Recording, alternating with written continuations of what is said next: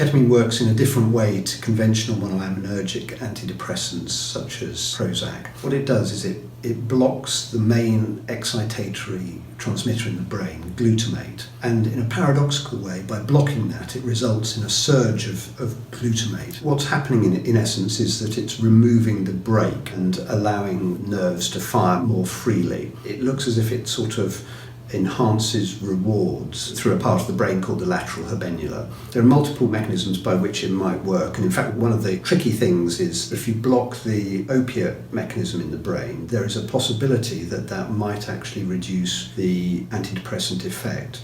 Now, the evidence showing that's rather controversial and certainly needs to be replicated. It is the fact that people who take opiates, who are addicted to opiates, will sometimes use ketamine to reduce the amount of opiate that they use. So there is some sort of interaction between the two. So that's important, obviously, partly because of the optics, because of an opiate epidemic and what that might mean about how people think about this new treatment. But it does also help us to be cautious about a drug which acts very, very quickly. I'm afraid that the history of potent psychiatric interventions, right the way from ECT through to antipsychotics, antidepressants, benzodiazepines, in all cases they've been very widely used and possibly overused, and that's resulted in a backlash against doctors, psychiatry, but also for the patients, to the point where they often are sometimes not getting the treatment that they should be getting. So I'm particularly concerned that might happen again, and the reason is that if you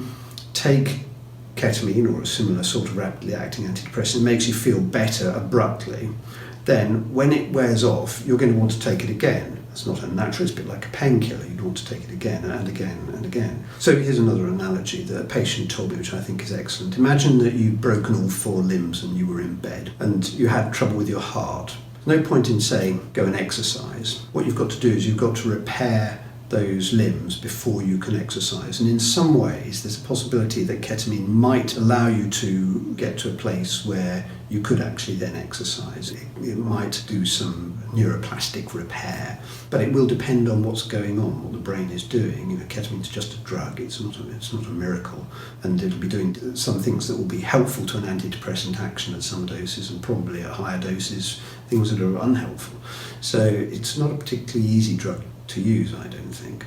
But what we have got is there's a version coming along which, if it gets a license, will be interesting for us to have to learn how to use.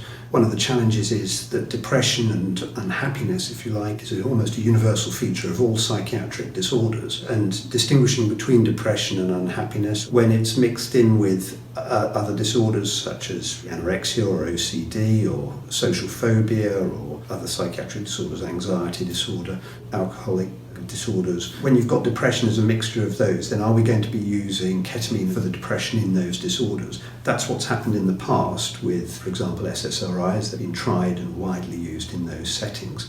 So that's something that we're going to have to wrestle with. And my personal view is that patients need to be monitored in a way that we can work out if there are any unexpected long-term side effects of repeated use of drugs.